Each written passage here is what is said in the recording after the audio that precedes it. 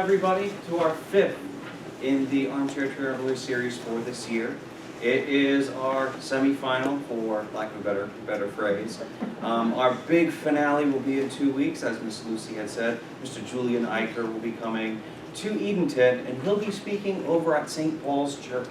So we're having a little bit of a change of location because he's going to be coming, doing a huge presentation, talking about Lafayette's Trail, his connection with the United States, as well as his life story of being a man of revolution, not just here, but in about 5 or so different revolutions throughout his life. So it will be a very, very interesting topic to have him speak here. So, but today, we're going to be taking a little trip back into the past. See, we've invited the Edenton Tea Trolley ladies to come and speak with us and tell us about their experience, the history of the Edenton Tea Party, and the whole bit. And we are just so excited to have them here. We wanted to thank Ms. Sally Francis P. Hayes and all of the ladies for coming out to speak with us today. So thank you so much. And I also want to thank our friends of the library for helping make this all possible, because this could not be done without them. And you know, it's their support that makes events like this possible, makes our summer reading program possible, and everything that we do here at the library made possible. And as Miss Lucy talked about, so I'm so grateful of that so well, is that, you know, they help make this happen. So without any further ado, let me hand this over to Miss Sally Francis. Thank you so much. If you thought you were coming to sit in an armchair tonight, no armchairs. You are now on the trolley. And you notice there's an aisle. And unfortunately, Clayton, our driver, is not with us. But we will be very careful and make sure that we have no accidents in the trolley. But Barbara King will be our guide, as she is most days on the trolley.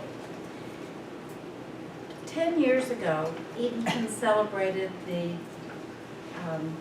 240th anniversary of the Edenton Tea Party. And as I look around, I'm not sure that any of you were here then. We had more of a town celebration. We had events downtown. We had tea tastings and a scavenger hunt. We had a teapot exhibit. So a whole week of things happening. Well, for the 250th, a whole year, exactly, a whole year.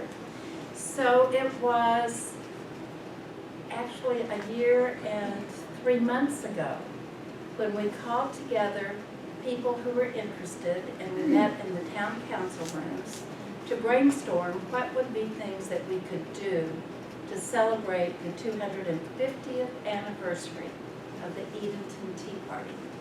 And throughout the year, those things have been taking place.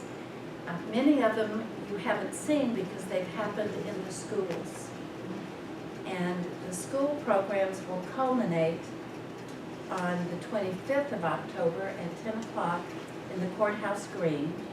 And we'll have 2nd, 4th, and 8th graders there who will be celebrating, and some of them will be reading essays that they wrote about a brave woman that they know today, because they've been learning about brave women from 1774.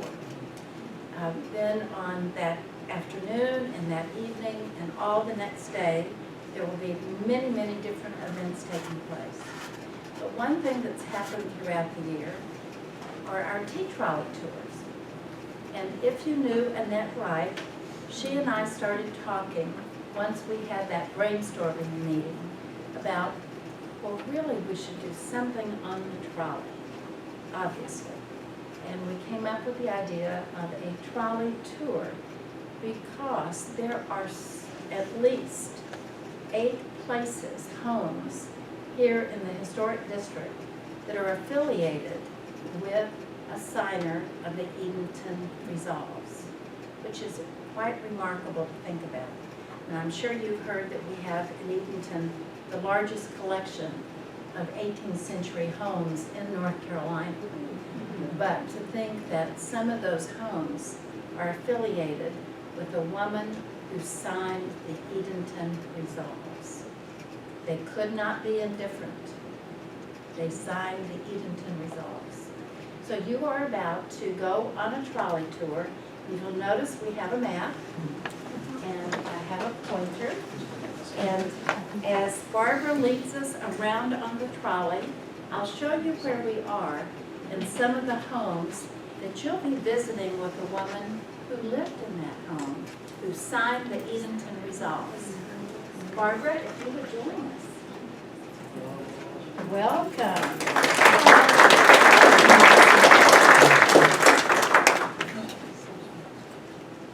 I want to welcome you all to the Edenton Tea Party Trolley Tour, celebrating the 250th anniversary of the signing of the Edenton Resolves. I will be your guide on this trip today. As we tour, you will be meeting women who signed the Edenton Resolves in October 1774. As we begin our tour, let's set the stage. The Edenton Tea Party was not a party. Rather, it was 51 women signing their real names to the document, resolving to support colonial activities protesting British taxation. Historians document this action as the first written, organized political activity by women in what is now the United States of America. These women, in their effort to support colonial protests against British rule, risked public humiliation as well as endangerment to their families. And this first political activity by women happened here, right here in North Carolina. By the 1770s, the colonies and the motherland, Great Britain, were in conflict. A huge war debt had been accumulated by Great Britain from the French and Indian War, referred to in Britain as the Great War for the Empire. This war lasted 10 years, ending in 1763. It cost Britain a lot of money. British government felt the colonies should shoulder the debt. This was done through taxation, the Townshend duties, the Stamp Act, and other taxes. King George III was determined that the colonies know the king and government retained the right to levy taxes on the colonies. These taxes affected everyone, and the women determined that they could not be indifferent to the forces affecting their lives. These women who said, "As we can no longer be indifferent," are the 51 courageous women of North Carolina. I see Joseph Hughes. So we've just traveled up Broad Street. Let's stop and hear what he has to say. Dr. Franklin would be beside himself. You know he likes libraries. And he would be absolutely thrilled with this building full of wonderful, wonderful books. Okay, good evening. I'm Joseph Hughes. I can't stay with you very long. I'm hopping a ship and headed to Philadelphia. We're going to be meeting at the Provincial Congress, the first one. We're going to be discussing some things that I'm sure has made a few of the people in this room a bit nervous, maybe full of anxiety, but possibly a little giddy with excitement. You know, our mother country has been quite heavy-handed with the taxes, haven't they? I think it may be, at least in the minds of some of the leaders throughout the colonies, time for us to break away. Now, personally, I don't want to break away from Great Britain. And I will tell you, I will probably be one of the last ones that say we must break away. But For me, I'm a local shipbuilder. I'm a merchant. I am affected by these taxes, affected by everything that our royal government does to us. And I think it's time for us to be on our own possibly, or at least to have more control. So, as you continue your journey tonight, you're going to meet some special ladies. Eden is kind of interesting, a little different than Philadelphia, because these ladies are, well, they have their opinions. Some of them want to act on these opinions. They're rather mad at what happened to our sister city of Boston. And I think you may see them do something that are going to upset some people in Great Britain. So, I bid you adieu, and I hope to see you around this wonderful town of Eden.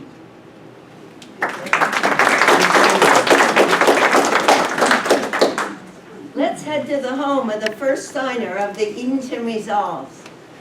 The town of Edenton was chartered in 1712 and incorporated in 1722. An early map shows the town's layout.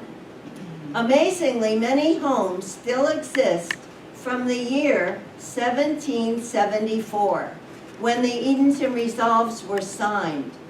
We know that 51 women signed a document supporting colonial activities of protest, and by signing their names, they took a public and very courageous position.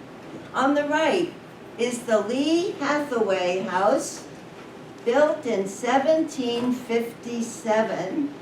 Can you find it? Well, it is on Queen Street, Main Street.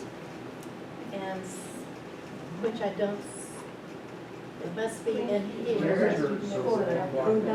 It's across from the Baptist parking lot Right. on Queen Street. So we're in this area. Yeah, let's say that. Okay. Okay. Signers Sarah Cricket Valentine and Lydia Bennett lived in that house.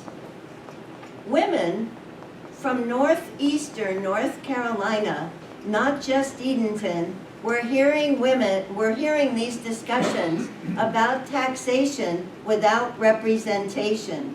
Today's counties of Chowan, which is Edenton, Bertie, Gates, Perquimans, Terrell, and Pasquotank are associated with the 51 women, the women we refer to as signers of the Edenton Resolves. As you drive around today's Edenton, you will see flags with teapots. These flags signify the Edenton Tea Party and its 250th anniversary. While there was not a party in Edenton or even a Boston party, over time, protests against taxation of British goods became known as tea parties. A teapot flag in front of a home indicates a signer of the Edenton Resolves is associated with that location. While there are no diaries or letters in existence from these 51 women, or at least they have not been found as yet, recent research, as well as research by our town historian, Elizabeth Van Moore, have brought to light some information about the women. We will meet some of these women today. We will learn about these courageous women who said, as we can no longer be indifferent. Oh, look, there is Abigail Charlton.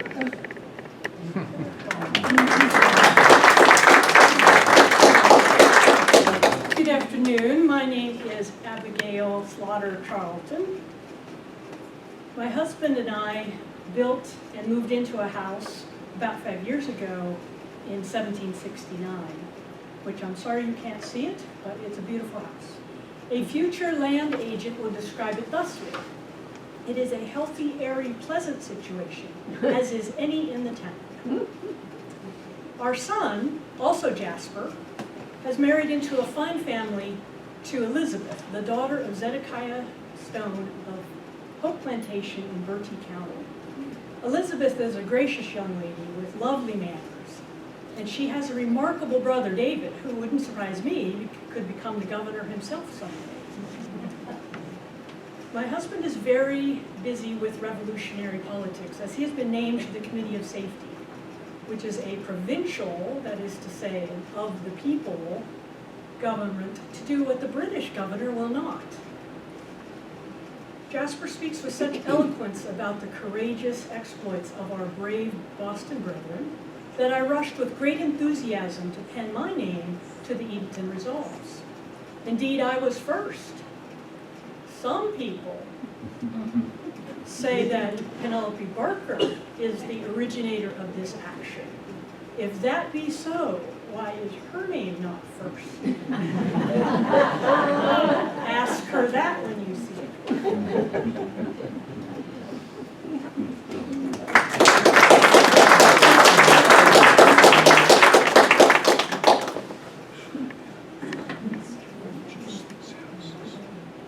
As we say goodbye to Abigail, look ahead for Sarah Littlejohn and Lydia Bennett.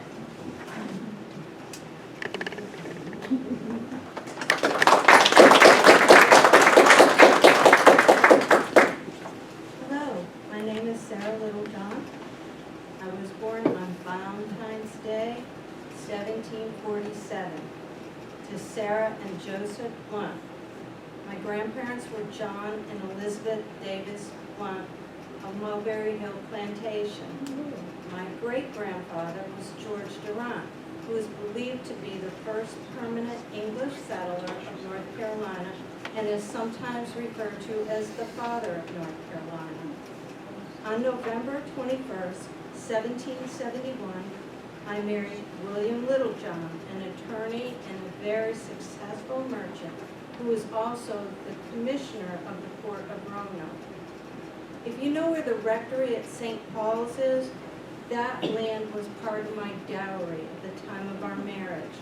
We lived in a house on that property until 1787, when it was destroyed by fire. My husband moved us to a house on East King Street while we waited for our beautiful house on West Eden to be built. We moved into the house in 1791. William and I had a wonderful marriage, and the Lord blessed us with 14 children. I always get that. I can tell you something it's probably not very nice to say in mixed company, and I'm just adding this. I had my last child when I was 50.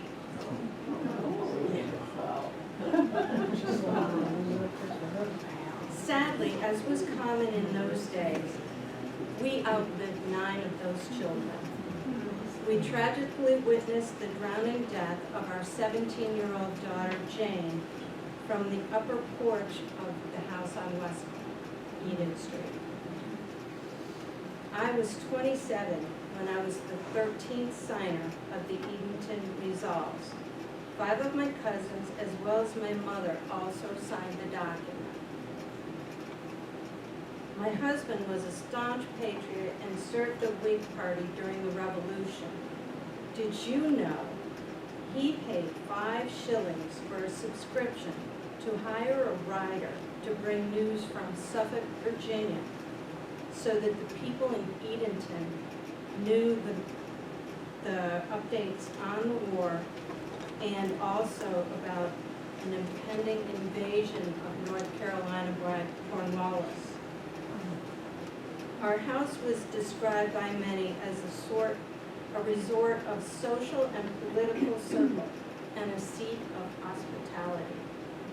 I left this world and my beloved family on October 10, 1807. My grave is at Beaver Hill Cemetery, and I am considered to be a patriot by the Daughters of the American Revolution.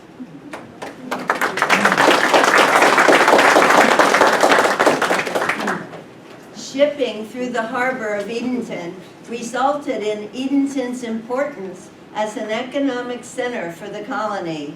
It meant that trade with Great Britain took place as ships from England and the West Indies brought British goods to the colony. In turn, the agricultural products of the colony were shipped to Britain. This vibrant exchange of goods was threatened by King George III as he pursued increased taxation on the colonists. While men in the colonies were more visible in the discussions about taxation, women experienced the effects of taxation in their everyday lives. Of the 51 women who signed their names to the Edenton Resolves, the youngest was 17 years old, the oldest signer 68, and a grandmother. One signer had a son who was an English baronet. One was the daughter of a North Carolina governor. Not all were fashionable. Two sisters had a father who became a ward of St. Paul's Church. Some signers were married, some single, some widowed. Many signers were affiliated with important families, headed by lawyers, physicians, planters, and ship captains. However, some were wives of merchants, shopkeepers, and tavern owners. Some signers lived here in Edenton. However, their homes no longer exist. For example, Pembroke Hall was not built until 1850, and that's on King Street. There was another house on part of the Pembroke Hall lot where signer Mary Littledale lived. Some of the signers lived away from town in what is now Chowan County, such as Mary Blunt. Her home was Mulberry Hill, outside of town. The Vale ladies, who also lived in the county, were affiliated with patriot Edward Vale, a member of the North Carolina militia. Some signers lived even farther away in surrounding areas, such as Bertie County, across the Chowan River, but were related to signers who lived in Edenton. The 51 women had been connected to one another, had many connections to one another. Some were related by family, some by marriage. Some knew one another from living in town, some from doing daily rounds like shopping. Some knew of the political unrest through their business, hearing the discussions and debates in their taverns. Anne Horniblow cannot be with us today, but she asked me to read this message to you. Hello, my name is Anne Horniblow. I was born in 1756 to John Rombo and Catherine Mitchell. My father was a shipbuilder and carpenter. I married John Horniblow before I was 17. John came to Edenton about 1766 and became part owner of the King's Arms Inn next to the Chowan County Courthouse for about 3 years. The reason they say the courthouse steps are more worn down on the left side than the right side is because the tavern was on the left. Mr. Horniblow and I bought out his partner, and we ran the tavern until 1777. I was one of the youngest signers of the Edenton Tea Party Resolves at age 17. I heard a lot of rumors regarding taxation by England during my time working at the King's Arms Inn.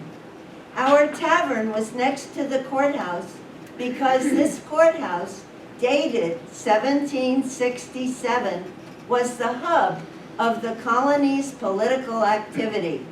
Debates about the future of America were held here. Some present-day researchers have a theory that the signing of the Edenton Resolves took place in the second-floor ballroom of this courthouse. Some oral history says the signing took place in a house down the side street in front of the courthouse. Actually, there is, it took place at the home of Penelope King, Elizabeth King. Actually, there was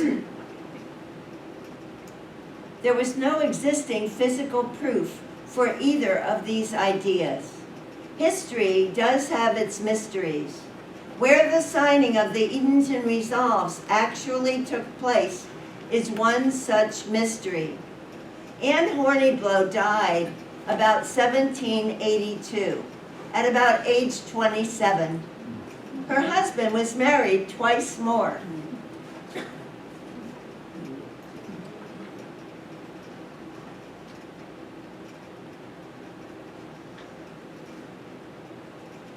We are now traveling to Hayes from the courthouse.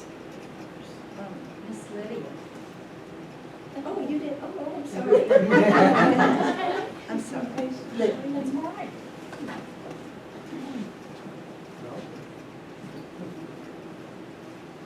Greetings to newcomers and friends.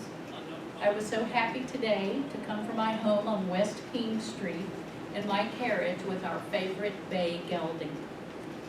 I was going to take tea with friends as usual, and my name is Lydia Boyd Bennett. I and my sister, Marion Boyd Wells, both signed the Edenton Resolves of note. As two of the 51 ladies who did so with vigor and hearts of patriotism. Just one of the British goods that we will not buy any longer is their teas. I do enjoin you to take tea as we all drink now, the Yalpin Holly Shrub Tea. It is grown everywhere in the southeast of the colonies and has been used for hundreds of years by Native Americans, and we use it as well. It's been used for treatments and for enjoyment. My sister and I were so proud to be some of the ladies who signed the Edenton Resolves, and we will be proud for the rest of our lives. Our dear father was William Boyd, Esquire. He was elected to the North Carolina Colonial Assembly in 1762. And his father, the Reverend John Boyd, who has passed from us in 1740. They were both involved in the very early days of Chowan and Edenton, with their many farming fields, grist mills, warehouses, wharfs, right over there, and the fishing of the waters as well. My family's tracts of acreage are north of here on either side of the Virginia Road. You might have heard of that road. It was in an area that then was called Rockahawk. It has changed now to Rocky Hawk, but it was originally Rockahawk. A little fact for you, you can tell all your friends. Let's see, what else haven't I told you? Oh, those fields were managed along with the mills by my sister, my husband, and my father and myself. My husband was Major William Bennett, who dutifully works on our local committee of safety while also being a hatter. He made this hat for me. I understand that he was also involved later, once the war started, with provisions for the soldiers because of all of his work with merchanting fabrics. He provided wool for uniforms, and he was paid as such. This is in a place called the North Carolina Archives in Raleigh.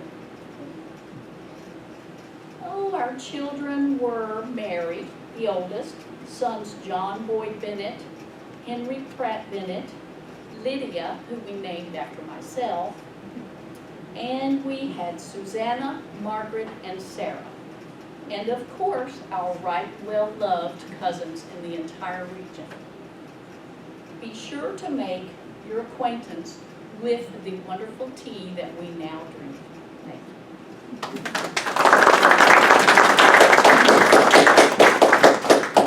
We are now traveling to Hayes, the home of Frances Cathcart Johnston. Before we meet her, let me give you more information about the Edenton Resolves.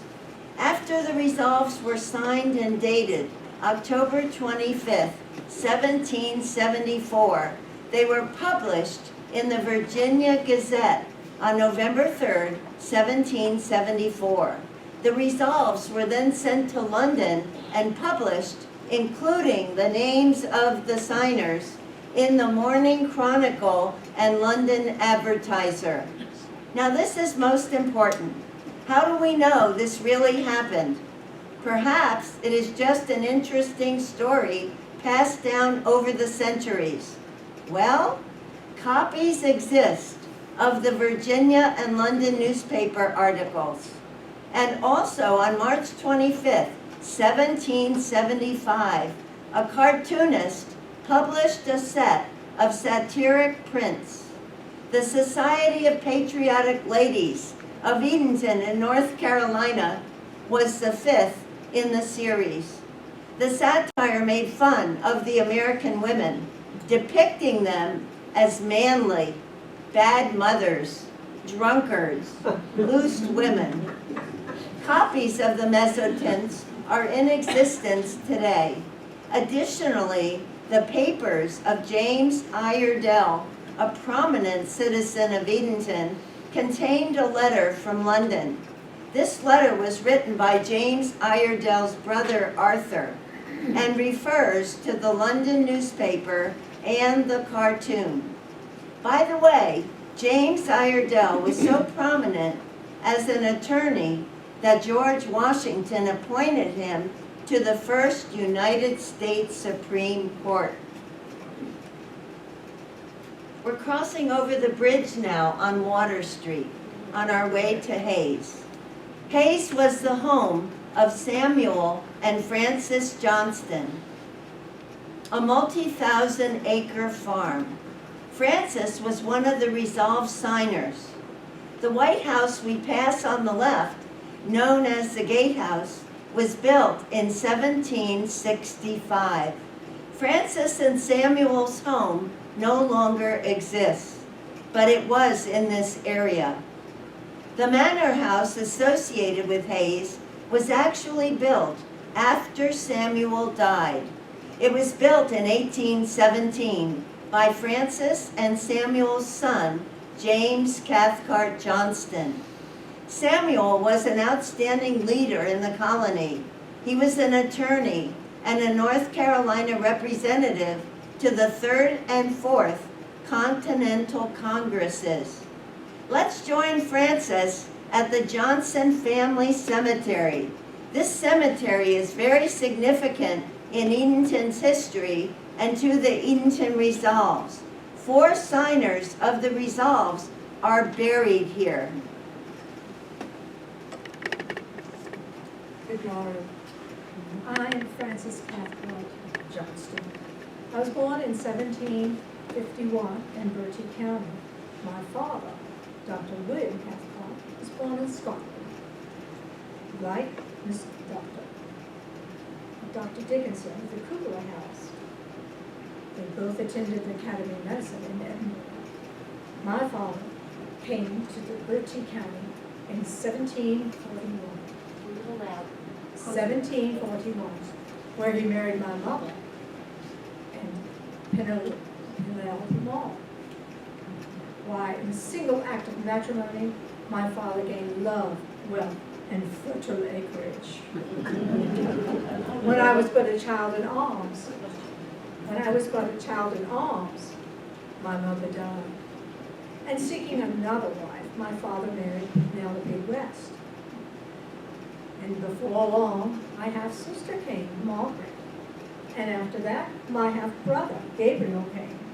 Gabriel was named after a former governor of North Carolina. Folks in these parts say that my father was very generous with his offspring. Well, 'tis true, we were very well educated. Our tutor was Daniel McKnight of the St. Paul's Parish and a renowned theologian. Margaret and I grew to be beauties. People say, it is true. People say that our charms were devastating, diverting, and remarkable. Our harsher critics said that our charms were wit, prudence, beauty, and money. Well, I do not know whether it was our money or our charms that our suitors found so pleasing, but I do know they were distracted. Margaret followed her religious proclivities and married Dr. Mackenzie of the Church of England. I married Samuel Johnston. Samuel, like my father, was born in Scotland, but at the age of 3 years, he and his family braved the seas and did come to the colonies. Samuel was a man of many talents. Why, he was a farmer, where he established Hayes Farms. He was a surveyor, like George Washington, and he was an attorney. He was quite renowned in his ability to create the crafting of North Carolina's government. Indeed, Samuel and I were known to be staunch supporters of the colony's freedom. Why, in 1774, I signed the Edenton Resolves. I'm the second signer. In 1775, Samuel was part of the House of Burgesses. Sadly, in 1775, the House of Burgesses disbanded because of the revolutionary condition. But Samuel was well renowned and was asked to be the leader of the newly united colonies. But Samuel left that onerous job to George Washington, for he was truly a son of North Carolina. In 1778 to 1779, Samuel was the North Carolina governor. At the age of 28, I was the first lady of North Carolina. In 1800, Samuel became a Supreme Court justice. Samuel and I had 9 children, but 4 became angels before the age of 2. Our daughter Isabella was engaged to be married to Joseph Hughes. Sadly, 2 months before the wedding, Isabella died. Poor Mr. Hughes, he never did recover. He never did marry. Our son, James Johnston, built Hayes, as you see it now. Samuel and I now reside in a small cemetery. And we'll keep company with our family. Why, my half-sister Margaret is with us, and she was a signer of the resolves. She and Dr. Mackenzie never had children, so we took her home.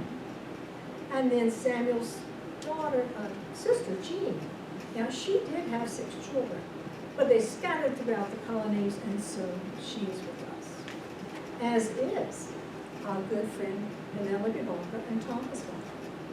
They reside with us. Sometimes it does feel a little cramped in a small set. But I must ask you this before I bid you adieu. Is it not a history to be proud of? And I bid you adieu.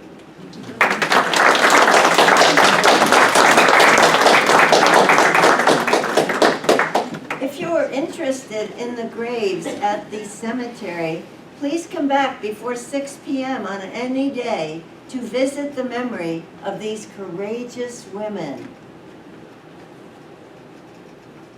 We talk about the uniqueness and importance of the Edenton Resolves signed by these 51 women.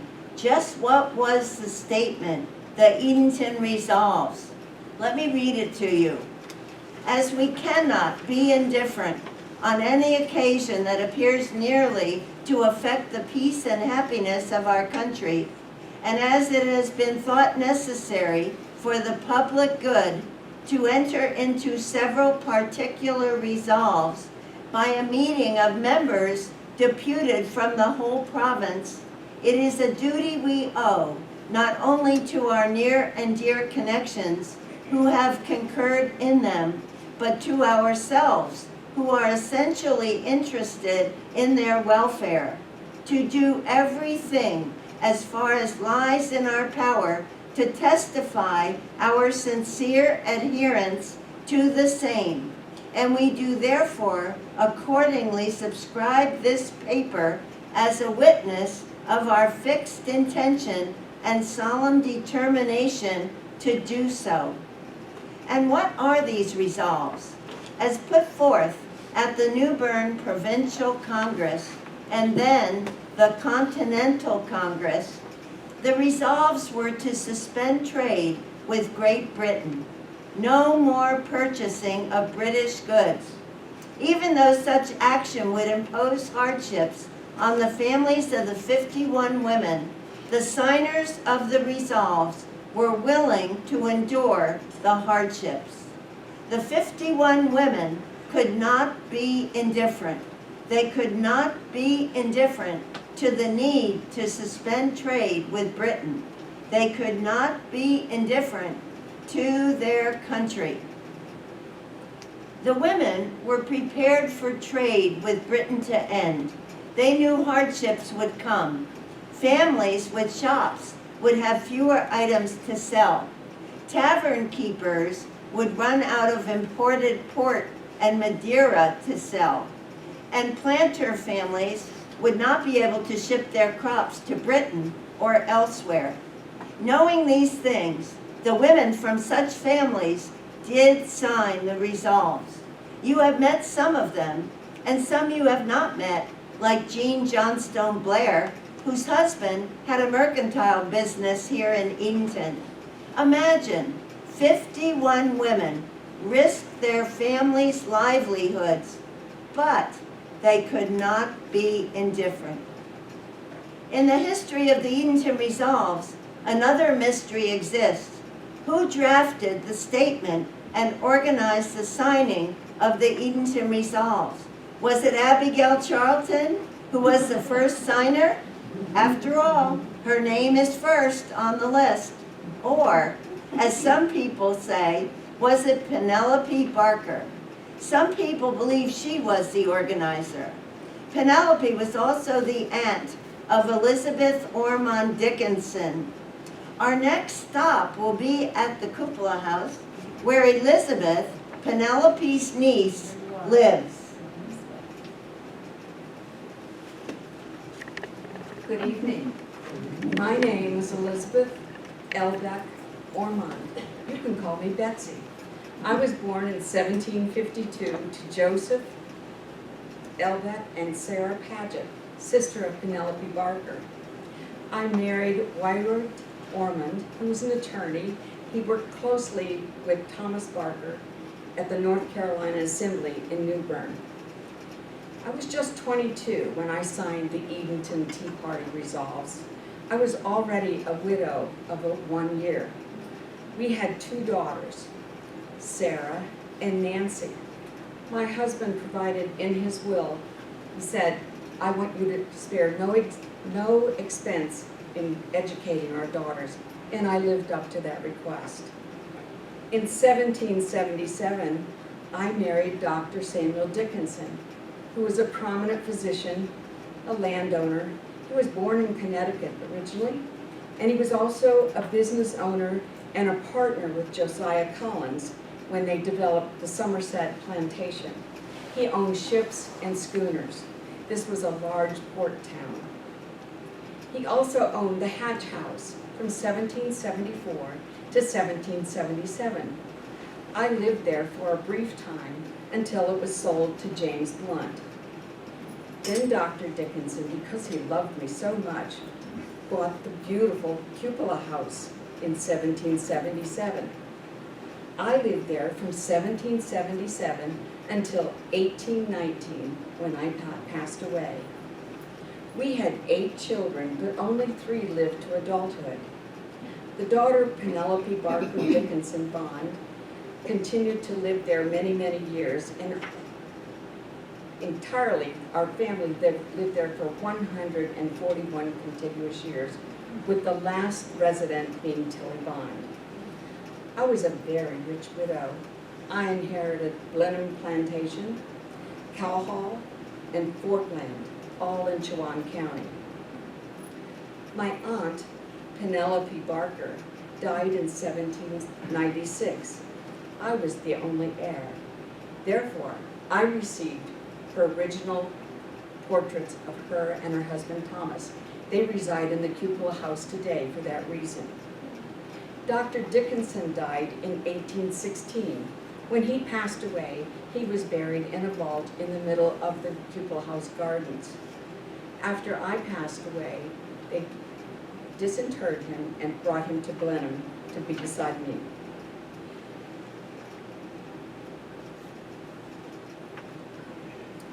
He died. And then he lived with me in perpetuity there. There was a love story that I didn't tell you. When I married Mr. Ormond, Dr. Dickinson had gone to my father and wanted to date me. But my father informed him that I was already betrothed. So, tough luck. But guess what? 3 years after my husband died, then I married Dr. Dickinson. So, all was not lost.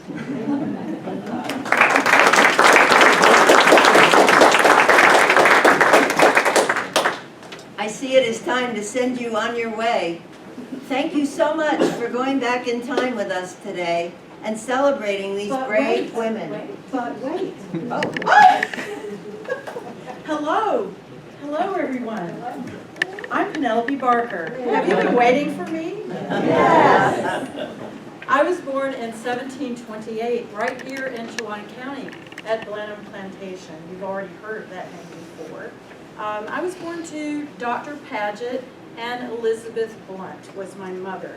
The Blunt name you're going to hear over and over, but my mother was the granddaughter of the original founder, owner of all the property where some of you may have played golf before at Mulberry Hill.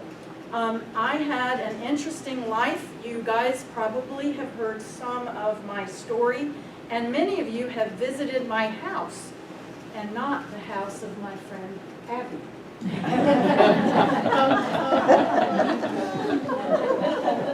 At the age of 17, I decided, my father had died that year, my mother had died 10 years before. I decided to marry my brother-in-law. Before you judge me, I was told or decided that I needed to raise my sister's 3 young children. So I married my brother-in-law, Mr. Hodgson, and in 2 years I had 2 more children by Mr. Hodgson. He died when I was 19, and now I had 5 children. When I was 24, I married my lawyer, Mr. James Craven. He was a good prospect. He had actually bought a piece of land from me and then gave it back to me after we were married. That is the property in downtown Edenton where the Barker house originally was. We were married for 3 years, had no children. He died when I was 27. On his death, I became the most wealthy woman in North Carolina. Before you feel like I had a privileged life, I want to get to the point of my story. Yes, I was wealthy, but I had some bad luck too. When I was 29 years old, I married Mr. Thomas Barker, who was my lawyer.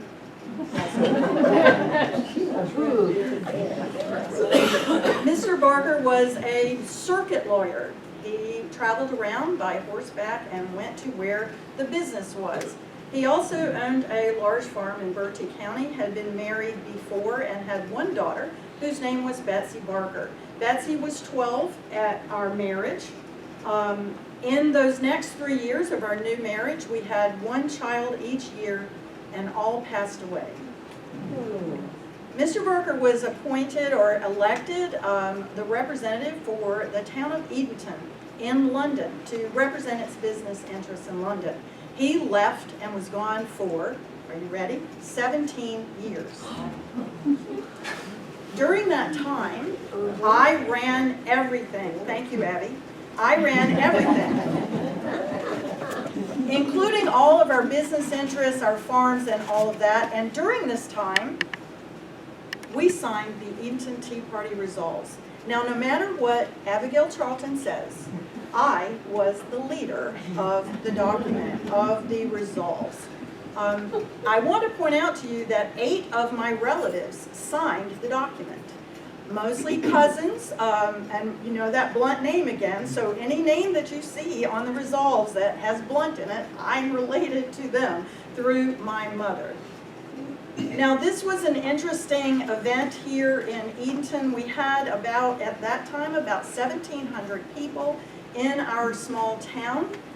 People have often asked me, well, did all the husbands know about these women, their wives, signing this document? Are you kidding me? 51 women with husbands in a town of 1,700, yes, they knew.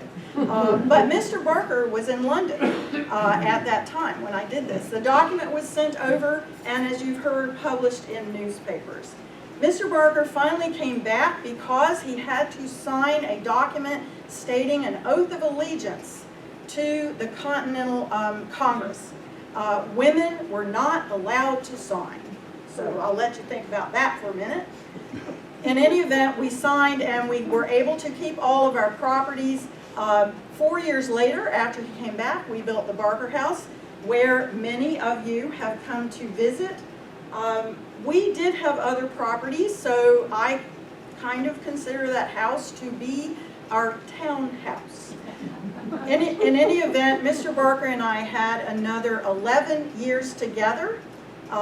He died when he was 72 and is buried at Hayes. My first 2 children by Mr. Hodgson died at the age of 9 and at the age of 20. So now, that's what I mean when I say the life was wonderful but sad. No children survived.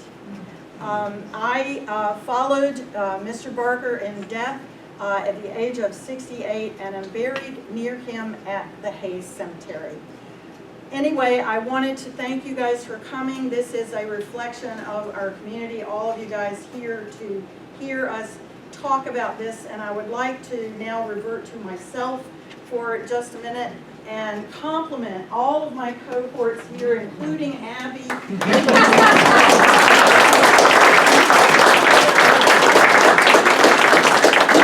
And I would like to thank our fearless leader, Sally Francisca Hayes, for putting this all together. We've been on this journey for 1 year, so please give her a round of applause.